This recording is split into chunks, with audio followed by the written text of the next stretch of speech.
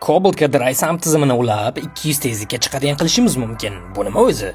Minib yurgan Cobalt'imizda moy tizimi WetSump, ya'ni hamma moy karterda to'planib turadigan tizimga shunaqa deyiladi. Yuqori tezlikda, masalan 170 ga chiqqaningizda, kolenval karterdagi moyni urib, xuddi blenderdagi kabi ko'pirib, moyli to'fon hosil qiladi. Tirsakli val aynan shu quyuq moy va normal atmosfera bosimini yorib o'tishga qiynaladi va aylanishlar soni cheklanadi. Agar biz Cobalt'ga poyga mashinalardagi kabi DrySump tizimini o'rnatsak, birinchidan karterdagi barcha moy tashqi bakka so'rib olinadi va karter ichida vakuum hosil bo'ladi. Havosiz muhitda porshenlarning pastga harakati osonlashadi va havo qarshiligini to'liq yengadi. Tirsakli val endi moyli botqoqda emas, balki bo'shliqda erkin aylanadi. Bu bizga qo'shimcha 10% gacha sof quvvatni beradi. Ikkinchidan, Cobalt'ni 200 tezlikda haydaganingizda yoki keskin burilishlarda karterdagi moy bir chetga surilib, moy nasosi havo so'rib olishi mumkin.